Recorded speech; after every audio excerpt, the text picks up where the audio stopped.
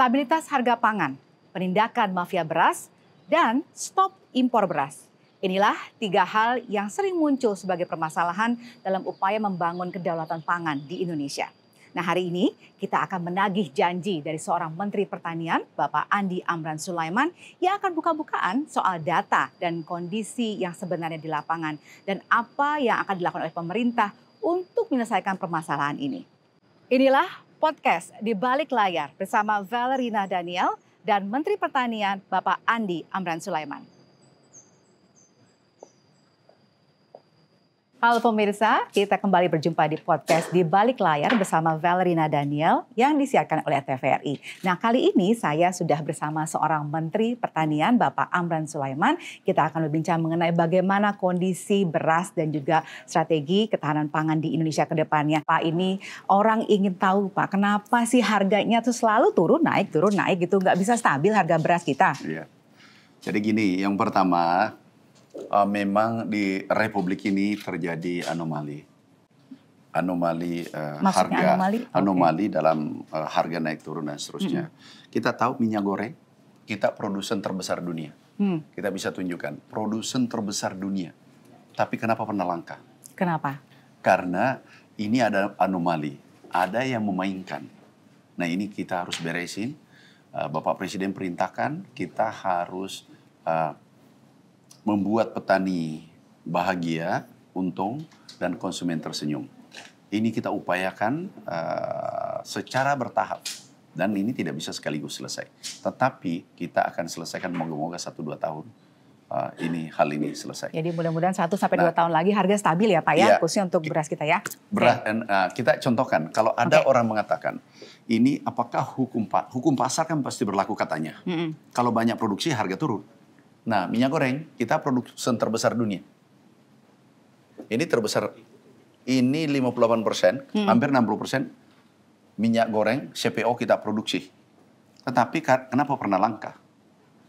Tentu nggak bisa, hukum pasar ini tidak berlaku kan? Karena kita produsen terbesar dunia tetapi minyak goreng langka. Pernah terjadi kan? Pernah. Naik turun juga kan? Iya. Berarti ada anomali. Ada anomali, ada permainan. Ini yang harus diberesin. Kemudian kita beralih ke produksi beras. Nah, ini produksi beras kita. Nih, perhatikan ya. Produksi ini kata BPS. Kata BPS, kata FAO. Ini independen, bukan kata Kementerian Pertanian. Kita lihat produksi beras Januari-Oktober. Perhatikan ya. Januari-Oktober. Ini 28 juta ton, 24 juta ton. Ini 27 juta ton. Tertinggi selama berapa tahun? 1, 2, 3, 4, 5, 6, 7 tahun tertinggi. 31 juta ton. Dibanding tahun lalu 27 juta ton. Ini kata BPS. Artinya produksi meningkat tajam 3 juta lebih. Surplus.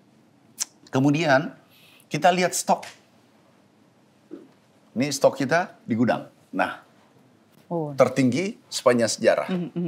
Ada yang mengatakan, diplesetkan atau apa. Mengatakan bahwa ini harga naik karena Bulog menyerap banyak. Ini harus kami klarifikasi, harus kami jelaskan. Seharusnya seperti apa? Nah, supaya orang paham. Bulog itu hanya menyerap 8%. Swasta menyerap 92%. Artinya ini Bulog sangat kecil yang dia serap. Hanya saja karena produksi tinggi, sehingga alhamdulillah ini perintah Bapak Presiden, kita lakukan di sana revolusi total, reformasi total.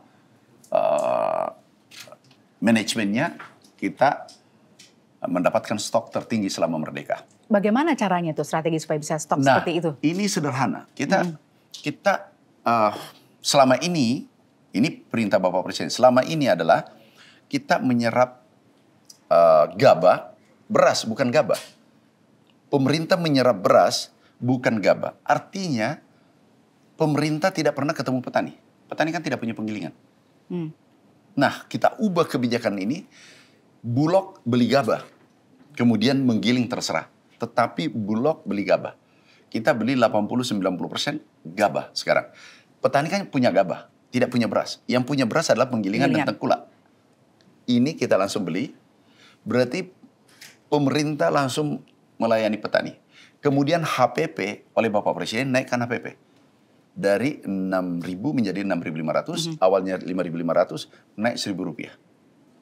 Kita hitung tadi, itu kenaikan pendapatan petani padi 113 triliun seluruh Indonesia.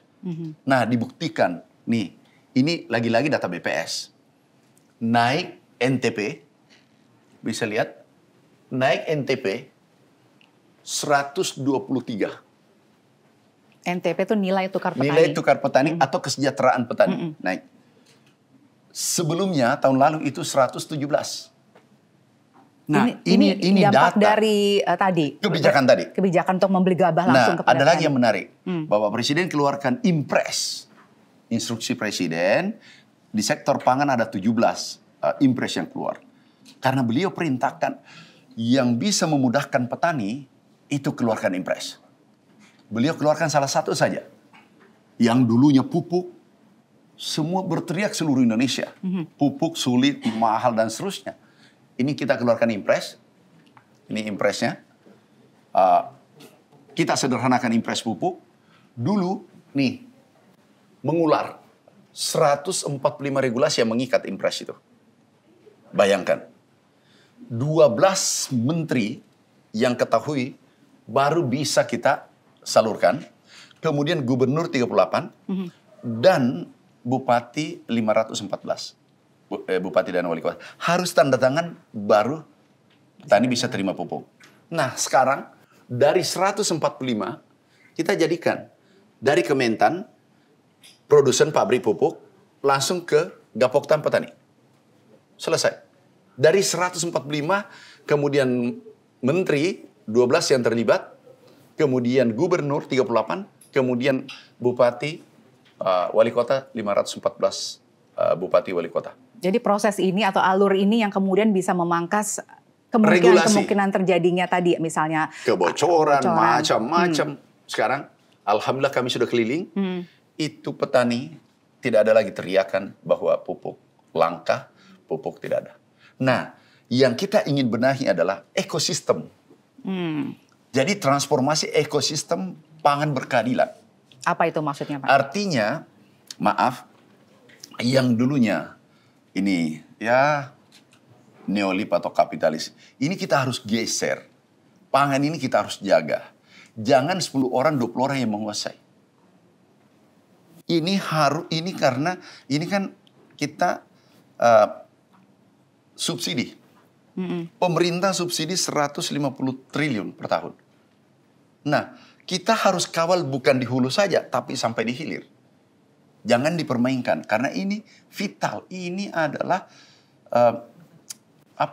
ini adalah kebutuhan pokok kita. Pangan bermasalah, negara bermasalah. Sehingga kita kawal. Nah, kami kawal dari hulu, mulai pupuk, sarana produksi, irigasi, alsintan, pompanisasi, opla, cetak sawah, kita kawal. Alhamdulillah berhasil menurut BPS. Ini anggarannya 144, tahun ini 160 triliun. Jadi kurang lebih 150 triliun per tahun. Nah, sekarang ini harus dikawal. Nah, kita akan mentransformasi menjadi ekosistem pangan yang berkeadilan. Bagaimana contoh, itu caranya? aku beri. Kemarin yang ribut-ribut ya. Ini produksi beras. Ini disubsidi 150 triliun. Oke? Produksinya 65 juta ton. Paham? Sekarang yang kecil ini punya penggilingan 161.401. Kapasitasnya adalah 116 juta ton. Artinya beras gabah yang tersedia yang mau digiling ini cukup digiling oleh penggilingan kecil. Tangkap maksudku? Ini saja tidak cukup kan, hanya 60%. Karena kapasitasnya 100 juta, tapi barangnya hanya 65 juta satu tahun. Benar kurang gak? dong berarti. Kurang kan? Lah, sudah kurang, masuk lagi yang sedang dan besar. Mengambil bagian, katakan kapasitas 30, 21 berarti 50 juta ton. Berarti ini tambah kurang kan? Iya. Nah, sekarang caranya adalah kenapa ini tidak berdaya? Sampai ada yang tidak giling. Karena kalau ini membeli 6.000 rupiah per kilo, ini membeli 6.500. Yang menengah dengan besar. Dimainkan dengan harga ya, Ya. Pak? Sehingga mau nggak mau pasti orang jualnya ke yang Jualnya besar ke sana. dong. Ya. Iya kan? Kalau ini membeli 6.500, di sana beli 7.000. Kemudian jual ke konsumen. HPP kita kan 6.500. Lah kalau ini berlanjut terus, ini pada saatnya nanti mati. Katakanlah ini 161.000. Katakanlah pekerjakan orang saja 1,6 juta dengan keluarganya. 6 juta orang. 6 juta orang bisa kehilangan pekerjaan. Jadi Sudah kedepannya, tangkap enggak? Kedepannya apa yang akan dilakukan yang besar dan sedang ini harus berkeadilan. Artinya apa? Ini harus mengikuti regulasi yang kita pasang. Ada HPP, ada HET. Ini pemerintah harus intervensi. HPP adalah menjaga kesejahteraan petani. Tadi alhamdulillah sudah naik kesejahteraannya. Kemudian HET adalah menjaga konsumen. Harga eceran tertinggi. Ada harga terendah, ada harga tertinggi. Kenapa? Ini disubsidi pemerintah 150 triliun. Jangan ada 10 orang, 20 orang yang memainkan. Contoh kemarin, ada yang mengatakan, diplesetkan, oplos lah macam-macam, katanya biasa, itu oplos biasa. Bukan itu.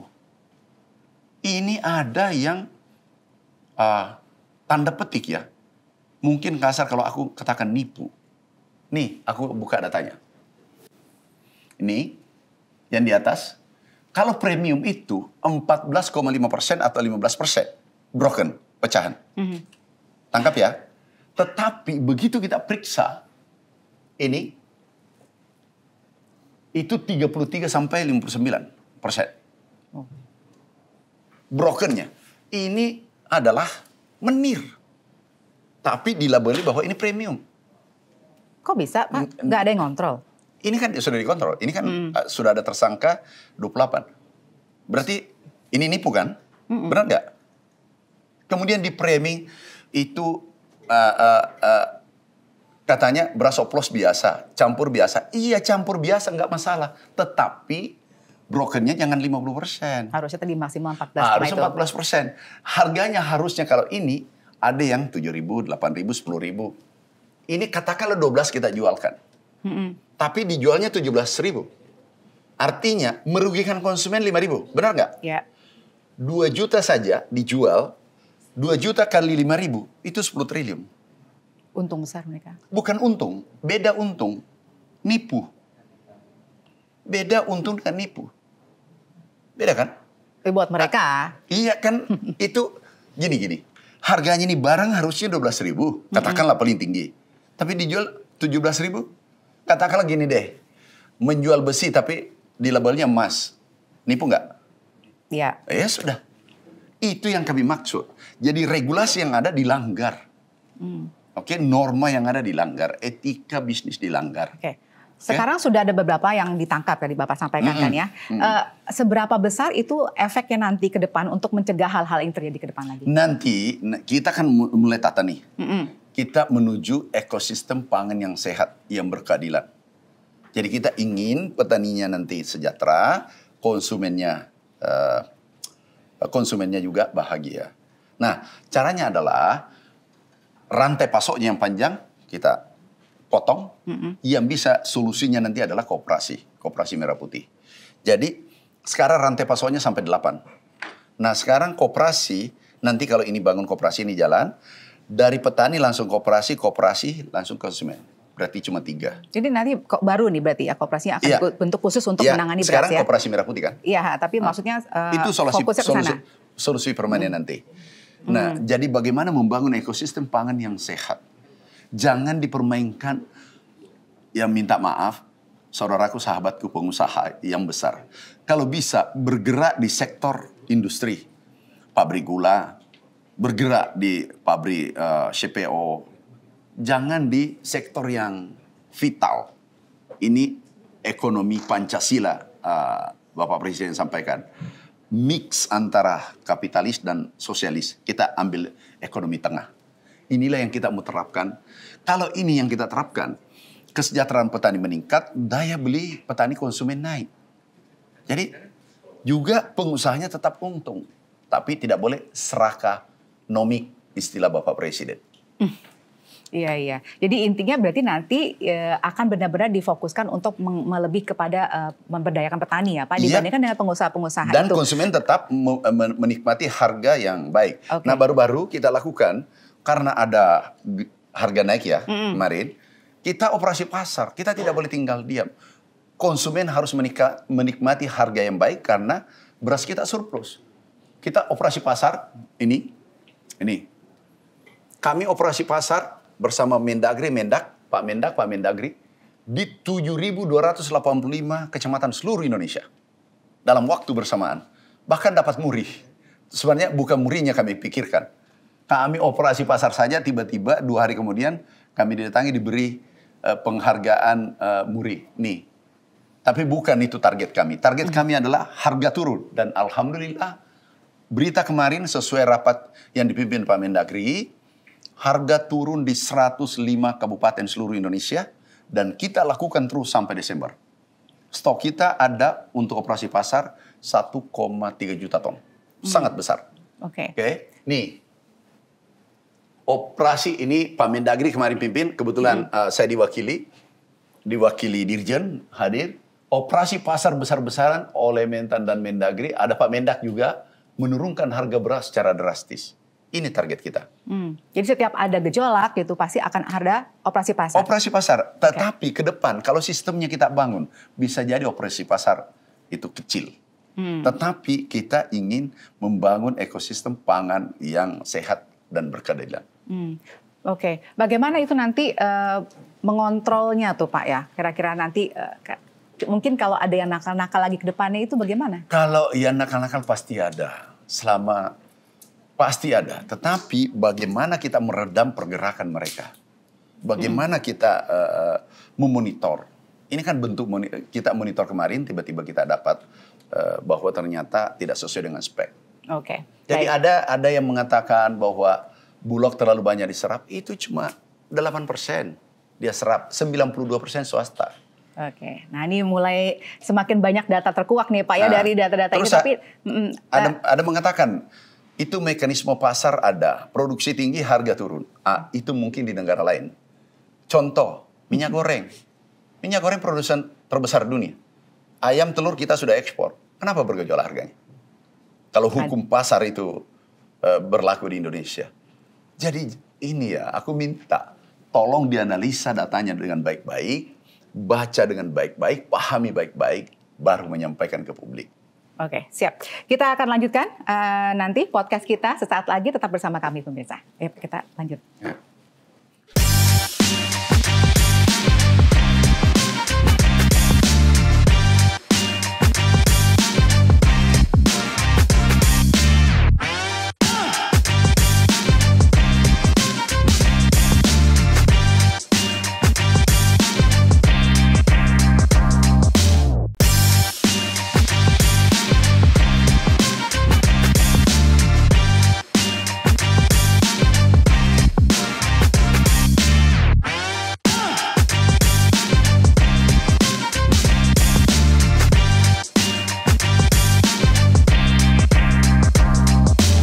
Pemirsa, kembali kita lanjutkan podcast Di Balik Layar bersama Valerina Daniel, dan kali ini masih bersama Menteri Pertanian Bapak Andri Amran Sulaiman. Pak, tadi kita itu terakhir membicarakan soal kelompok-kelompok yang mungkin tetap nakal nih dengan adanya tadi reformasi aturan, hal-hal yang sudah Bapak lakukan selama ini.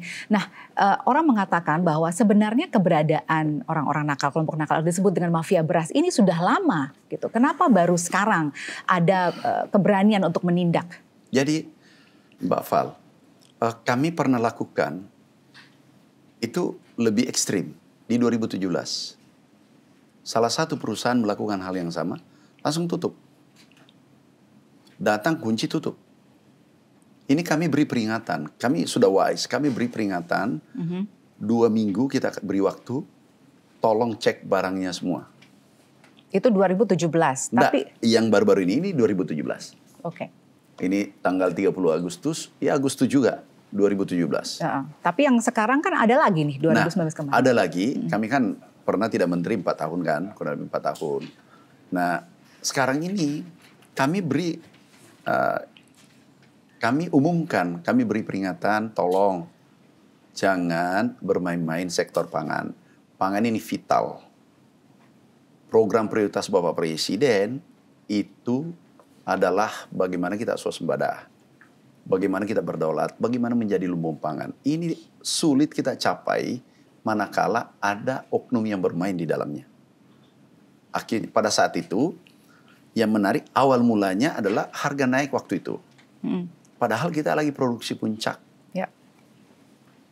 Harga naik di konsumen tetapi di produsen turun. Anomali kan? Ya. Harusnya kalau turun di produsen, turun juga di konsumen.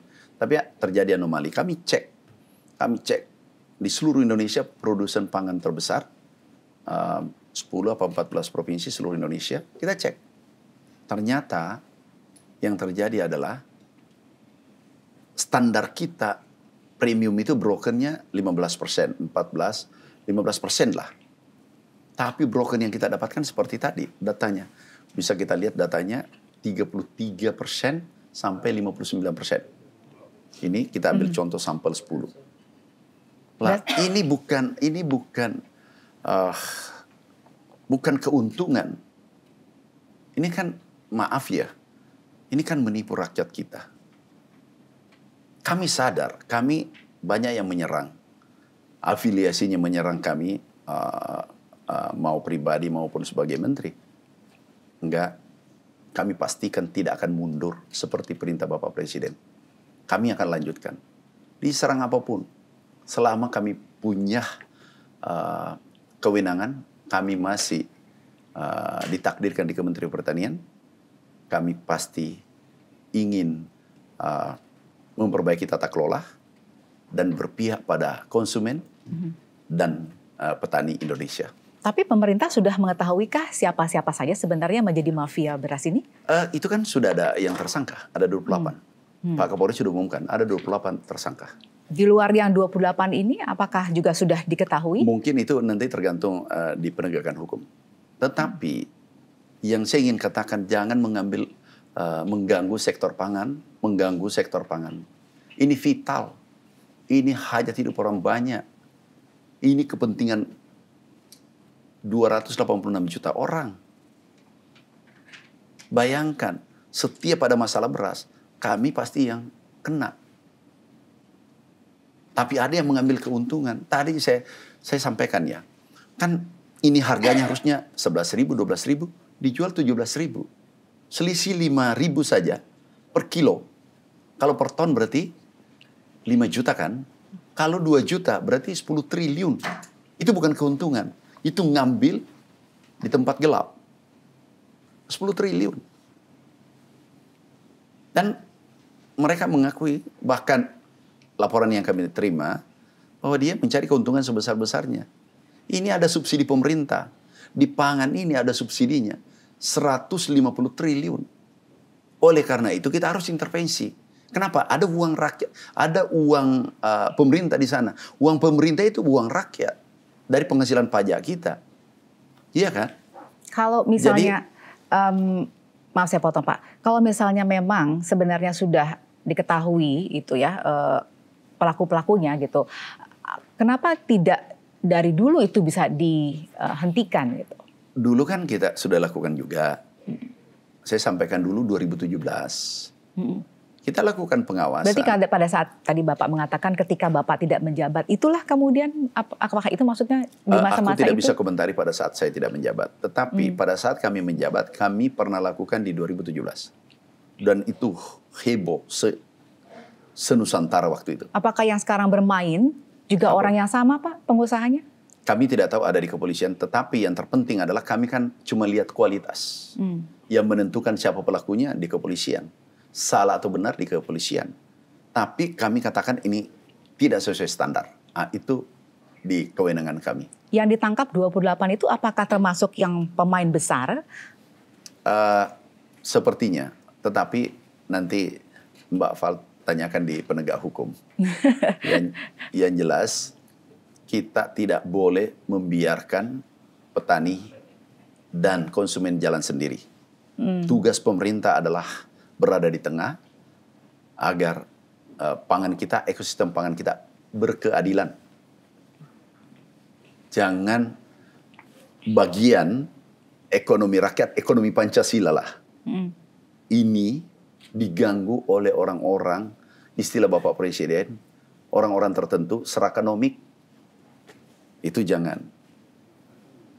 Kalau misalnya tadi kata Bapak prosesnya sudah dilakukan oleh pihak berwajib ya, ternyata tidak memberikan efek jera karena mungkin nanti ada peristiwa lagi nih misalnya harga melonjak lagi dan lain sebagainya. Apa yang akan dilakukan oleh Kementan, Pak? Kita sistem kan sudah ada, hanya dilanggar. Ada HET, ada HPP, harga pembelian pemerintah. Jadi ada istilah kita floor price dengan ceiling price. Jadi harga pembelian pemerintah dan harga eceran tertinggi kan sudah ada. Ini tinggal penegakannya, penegakan hukum. Jadi sekarang kuncinya di situ, di penegakan hukum. Karena kalau kita melakukan pembiaran, menurut saya kita beternak kejahatan. Jadi ini tidak boleh dibiarkan. Kalau sistem ini kita patuh bersama, nggak ada harga bergejolak. Aku pastikan. Yang mengontrol harga itu sebenarnya Kementan atau sebenarnya kementerian lain? Karena kan ini kita tahu juga Kemendak juga kolaborasi. Bertugas seperti itu. Nah, kami sama-sama kemarin operasi pasar dengan Pak Mendak, Bapak Nas. Kita kolaborasi. Sukses itu tidak bisa tercapai tanpa kolaborasi. Nggak bisa. Pertanian, Bulog itu ada di bawah BUMN. Pupuk Indonesia ada di bawah BUMN. Itu jantungnya dua-dua ini. Pupuk bermasalah, pertanian hancur. Sehingga kita harus kolaborasi. Kemudian produksi bagus, tapi distribusi pemasaran tidak baik, akan kembali ke petani hancur. Kemudian produksi tinggi, tidak ada stok. Itu akan dipermainkan oleh orang-orang tertentu. Jadi ini harus kolaborasi dan itu perintah Presiden.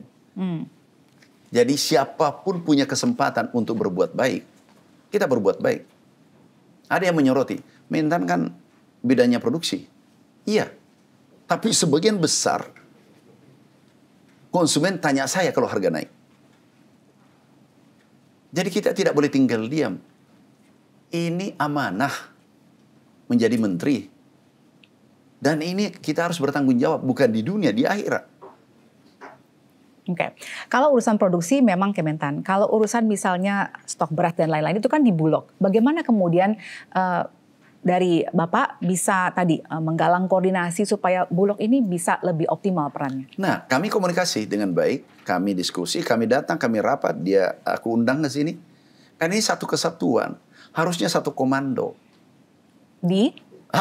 Satu komando, di mana perintah Bapak Presiden, contoh kami melakukan satu komando operasi pasar.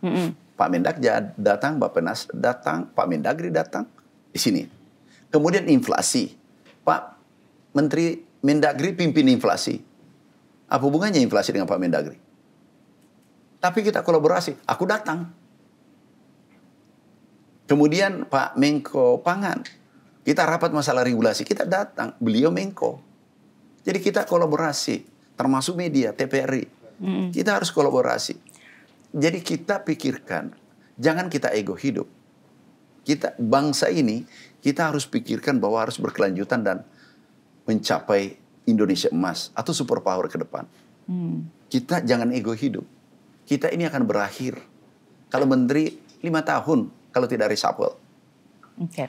Dalam slide yang sebelumnya Bapak pernah tunjukkan ada tadi pemangkasan alur karena tadi banyak sekali kan tadi yang harus dikoordinasikan. Kira-kira kalau misalnya dengan adanya sistem seperti ini apakah cukup efektif atau sebenarnya harusnya tadi ada satu komando yang benar-benar jelas bisa mengontrol semuanya supaya lebih tegas mungkin penindakannya? Jadi gini, pertama satu komando dalam artian kita kolaborasi. Jadi bukan siapa kepalanya itu tidak. Kalau contoh Pak Mendagri nih.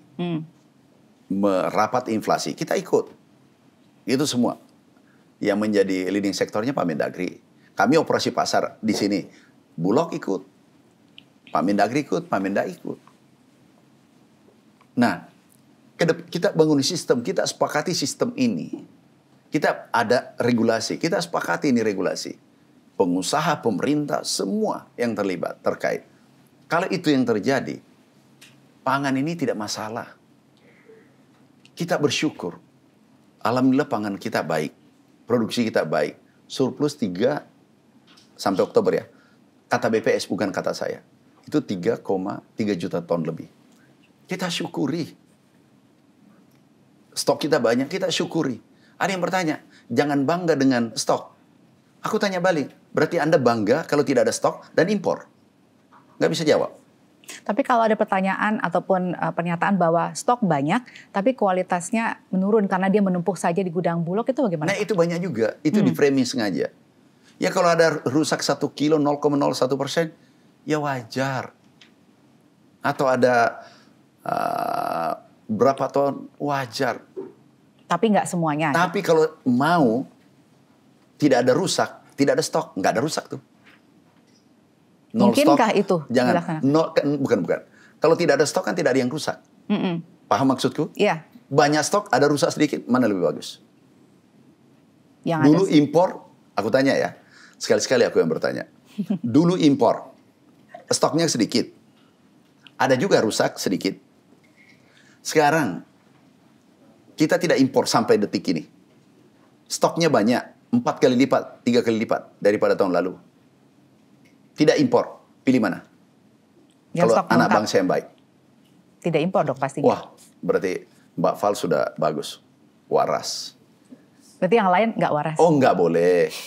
Artinya saya cerita Mbak Val saja bahwa Anda orang baik, pro merah putih. Tuh merah putih berkibar. Jangan hanya dipajang. Ini diperjuangkan dulu. Ini pertumpahan darah. Kita hanya ngurus beras. Yang pasti aku tahu, ada yang tidak senang kan? Pasti.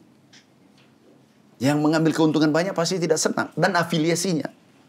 Dengan segala macam di framing. Apa saja di framing. Tapi, sampaikan Pak Val, aku tidak akan mundur setapak pun demi merah putih.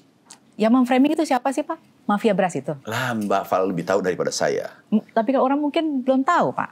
Mungkin Bapak bisa kasih tahu kepada kita. Nah banyak orang yang berafiliasi tentu yang tidak senang kalau kita swasembada. Yang tidak senang kalau kita tidak impor. Tahu nggak negara lain melobi Indonesia termasuk Bapak Presiden. Beberapa negara salah satu Thailand, Vietnam, Myanmar ya, Kamboja melobi Presiden. Kami dampingi untuk impor beras. Presiden menyampaikan beras sudah cukup. Kita harus bangga bahwa kita sampai detik ini tidak impor. Banyak memang tidak bangga kalau stok banyak. Tidak impor juga. Mereka tidak bangga. Dan dia bangga kalau impor orang tertentu. Wajar dong. Karena dia mendapatkan keuntungan kalau impor. Negara mana yang senang Indonesia swasembada? Negara mana senang?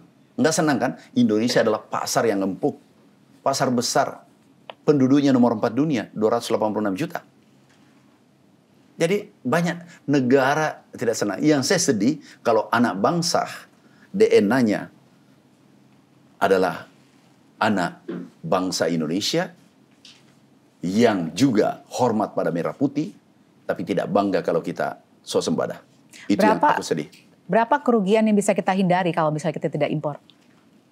Kita tidak kurang lebih 80 sampai 100 triliun. Jagung dengan beras ya. 2 tahun. Nah ini sekarang tidak. Bayangkan kalau untung 10%. Lumayan kan 8 triliun. Apalagi kalau 20%.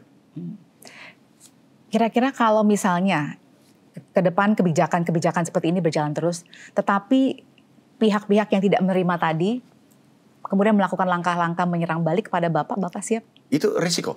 Risiko tertinggi mati. Dan kita harus siap terima. Enggak. Sampaikan ke mereka, kami tidak mundur setapak pun demi merah putih. Kami sudah siap lahir batin. Enggak. Dia framing, dia menyerang, enggak. Mereka adalah bagian yang tidak mencintai merah putih. Karena, kenapa? Kalau kita swasembada, stok banyak, dia sepertinya tidak bahagia. Baik, terima kasih Pak. Kita lanjutkan nanti ya di segmen berikutnya ya Pak. Kita akan kembali, pemirsa tetap bersama kami di podcast Di Balik Layar bersama Velrina Daniel.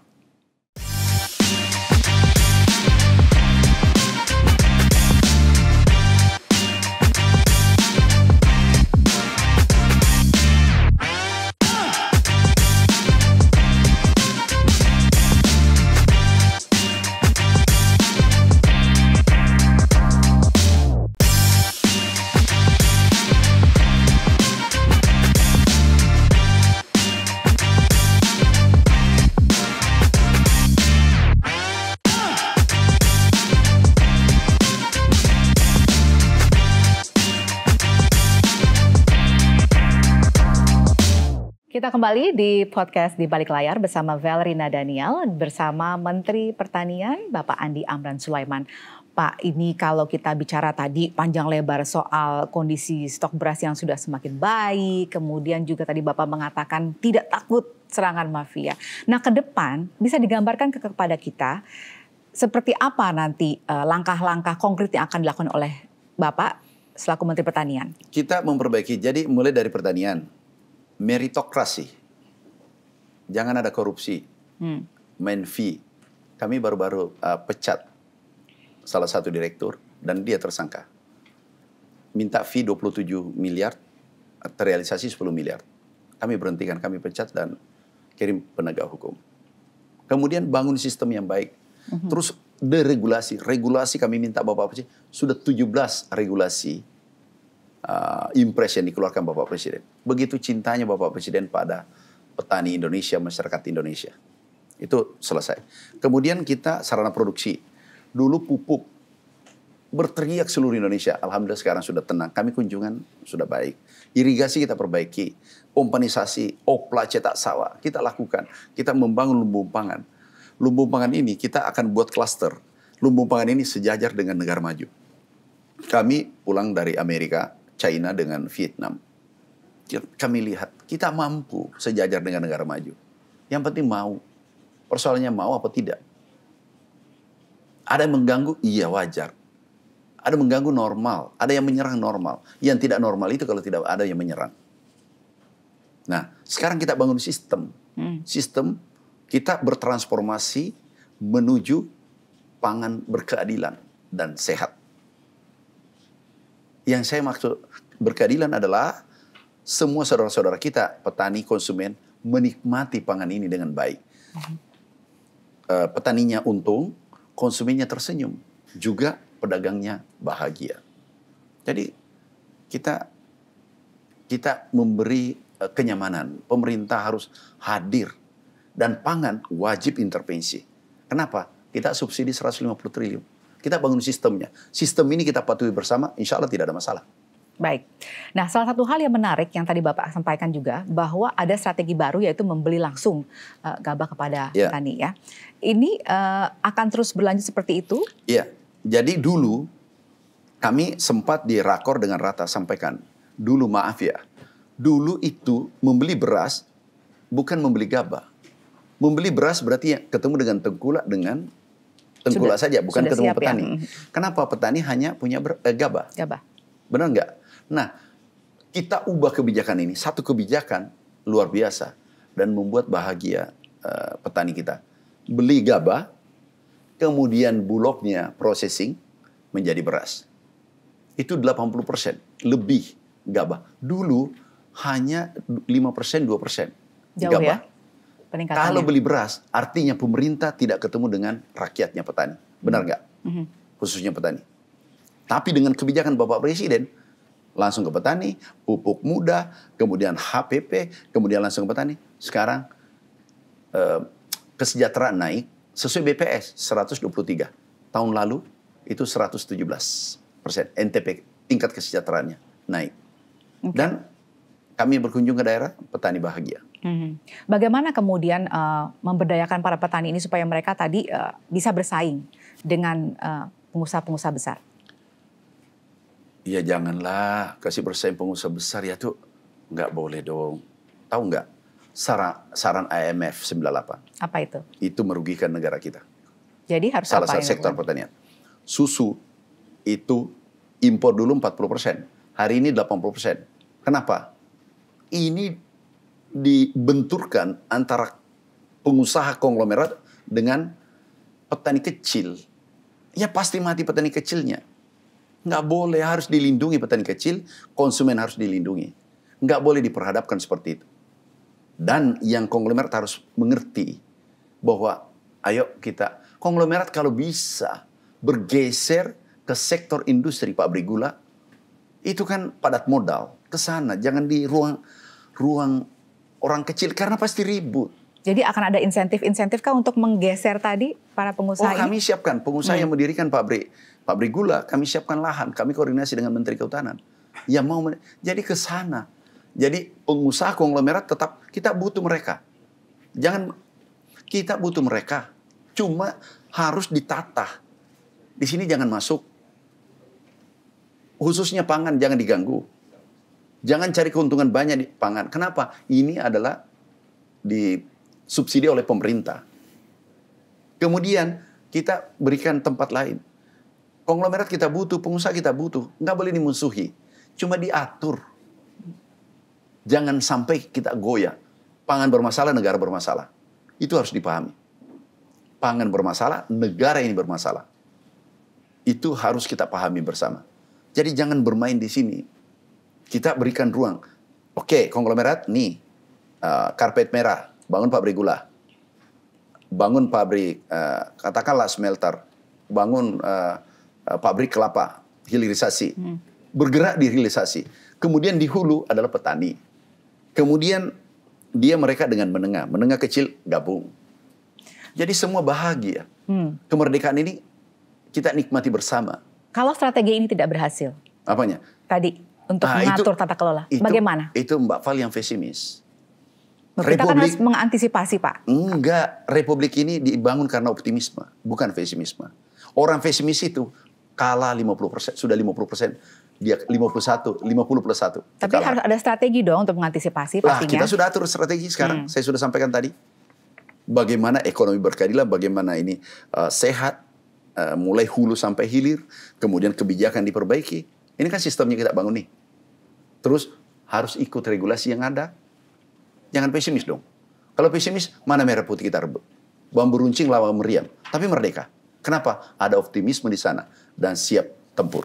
Jadi optimis bahwa nanti para pengusaha ini akan mau mengikuti tata kelola ini ke depannya? Ya, kalau pesimis, separuh gagal. 50+1 sudah gagal. Berarti Bapak sudah ada obrolan-obrolan dengan pengusaha-pengusaha itu, Pak? Karena orang sukses itu dibangun dari keyakinan, optimisme. Selama ini sudah ada bangun komunikasi dengan mereka? Siapa? Dengan para pengusaha itu supaya mereka mau tadi menggeser bisnisnya? Kita selalu komunikasi. Kita beritahu, kita sampaikan. Sebelum penindakan, kita umumkan. Tolong ini bergerak sesuai regulasi. Respon mereka gimana, Pak? Ya, ada yang patuh. Tidak semuanya jelek. Masih banyak yang baik. Yang nggak patuh gimana kira-kira nanti? Ya, urusannya polisi. Oh, jadi diserahkan kepada pihak penegak hukum. Iya. Jadi supaya pada akhirnya semua mau mengikuti tata kelola ini. Iya, harus dong. Dari Bapak nggak kira-kira apa ya? Maksudnya nggak mengantisipasi gitu kalau misalnya ternyata nanti tetap walaupun sudah ada penegakan hukum tapi ternyata muncul lagi seperti ini permasalahannya. Jadi yang ingin mengambil kesempatan sampai kiamat tetap ada. Tapi kita yang berada di pemerintahan, yang ditakdirkan diberi amanah untuk memimpin, kita harus lebih melakukan strategi kita harus lebih baik untuk memitigasi risiko, meminimalkan kerugian rakyat kecil. Dan kita harus berpihak pada orang banyak. Baik. Nah, beras kan sudah berhasil nih Pak, ditingkatkan stoknya. Iya. Yang mungkin menjadi sorotan lagi misalnya soal pupuk. Kira-kira ke depannya sudah ada strategi kan untuk ini? Pupuk insya Allah sudah baik, sudah distribusinya baik. Tetapi masih akan kami perbaiki lagi. Kami akan perbaiki ke depan. Bisa dibagi kepada kami apa strategi ke depannya untuk pupuk? Nanti pertemuan berikutnya.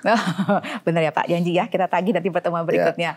Oke, nah bagaimana dengan misalnya hal-hal lain ya yang juga menjadi sorotan soal gandum? Ya.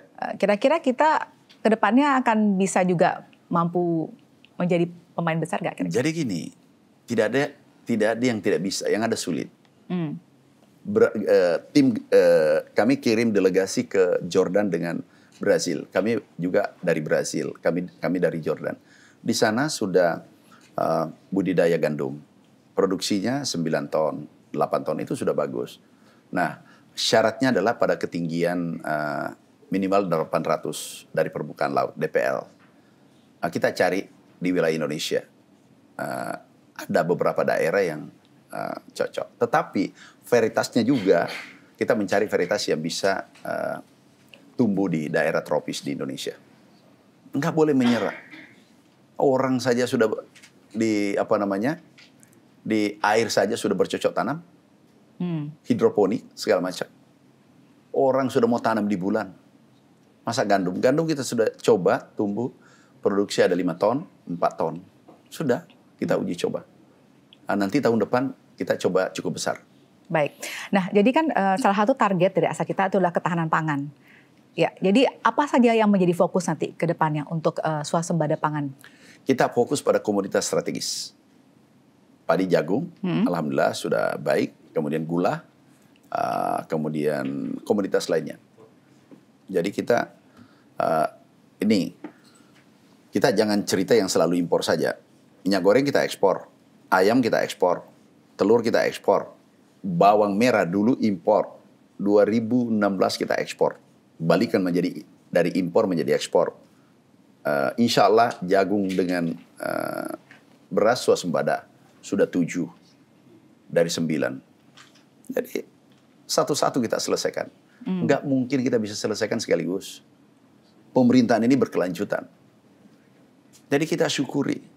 Tuh negara-negara lain apresiasi kita. FAO, Amerika, United States Department of Agriculture, Amerika, Kementerian Amerika apresiasi kita. Senang. Dia tunjukkan bahwa kita, ini peningkatan FAO, kita bisa lihat, FAO peningkatan kita tertinggi nomor 2 dunia pangannya. Peningkatan produksi setelah Brasil. Kita harus bangga dengan itu. Optimis ya, bisa swasembada pangan kita ya Pak? Kalau mau swasembada harus optimis. Berapa lama itu kira-kira bisa tercapai Pak? Target Bapak Presiden 4 tahun. 4 tahun. Kalau target Kemudian Bapak? 3 tahun. Lebih cepat. Kemudian 1 tahun. Kalau tidak ada aral melintang, kita berdoa bersama-sama. Karena bukan saya, kita. Swasembada ini bukan karena saya. Petani Indonesia, TNI, Polri, Kejaksaan, Bulog, Perdagangan, Menko Pangan, semua terlibat. Pak Mendagri, semua terlibat. Kita yang swasembada. Petani seluruh Indonesia, PPL, Babinsa, Babin Kamtipmas, seluruh Indonesia. Ini kebanggaan Merah Putih. Ini kebanggaan Republik. Bukan saya, kita semua, termasuk media. Termasuk juga yang mengkritik konstruktif. Dia kenapa? Meningkatkan adrenalin kita untuk bekerja keras, lebih keras. Tetap optimis? Iya. Termasuk juga strategi kita akan stop impor beras? Ini tidak ada impor sampai hari ini. Tanggal berapa hari ini? Jadi akan terus itu bertahan? Tinggal, ini September kan? September, Oktober, November, tinggal 3 bulan lebih. Tinggal 90 hari. Ya, 100 hari lah. Tahan napas. Ini sudah jauh perjalanan, tidak ada impor. Tahun lalu hampir 4 juta. Sebelumnya 3 juta, 7 juta ton. Sekarang nggak ada. Ya kita harus bangga. Kita bangga, bukan saya. Kita bangga bahwa Indonesia tidak impor sampai detik ini. Baik. Terima kasih Pak sudah berbagi bersama kita pada hari ini. Tentu kita berharap ini benar-benar bisa menciptakan kedaulatan pangan ya Pak di negara kita. Iya. Nah, tapi kalau kira-kira dengan kondisi saat ini, menurut Bapak apakah akan bisa stabil sampai seterusnya? Kami yakin. Karena stok kita banyak. Ini harga sudah turun menurut kemarin nih BPS dan Pak Mendagri yang pimpin.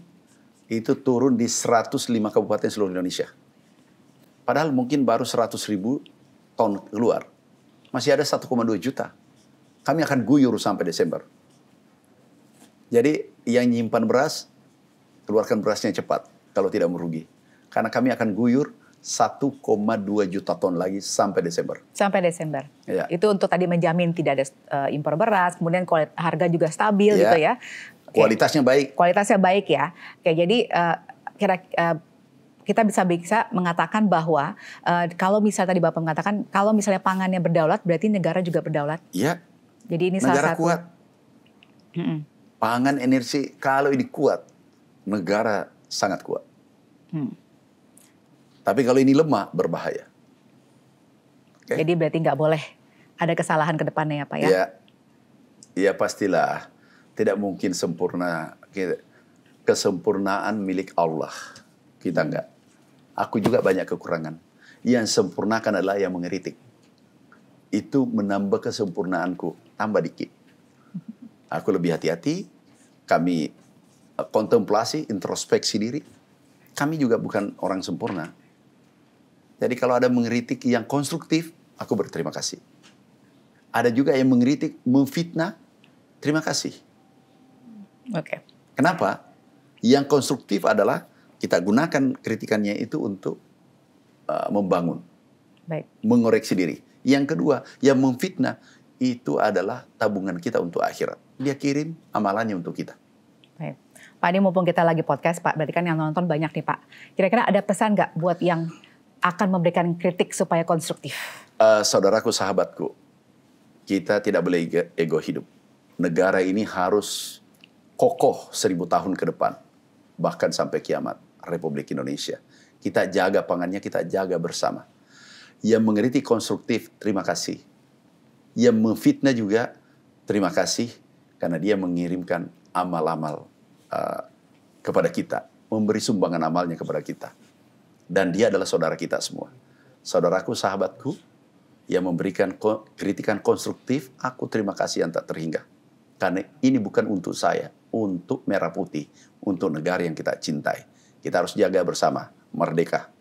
Merdeka. Terima kasih Pak Amran Sulaiman sudah bersama kami pada hari ini dan juga memberikan informasi yang baik, yang banyak sekali manfaatnya. Mudah-mudahan bisa memberikan juga gambaran bagaimana kondisi sebenarnya terkait dengan kedaulatan pangan dan juga program-program yang dilaksanakan oleh pemerintah ke depannya. Sekali lagi terima kasih Bapak. Mudah-mudahan tetap optimis ya Pak ya. Amin. Amin ya, supaya kita benar-benar bisa mencapai kedaulatan pangan di Indonesia. Insyaallah. Baik, terima kasih Bapak. Pemirsa, kita akan lanjutkan dialog kita dalam podcast Di Balik Layar bersama Valerina Daniel di edisi berikutnya. Untuk saat ini kami akhiri, sampai jumpa di lain kesempatan.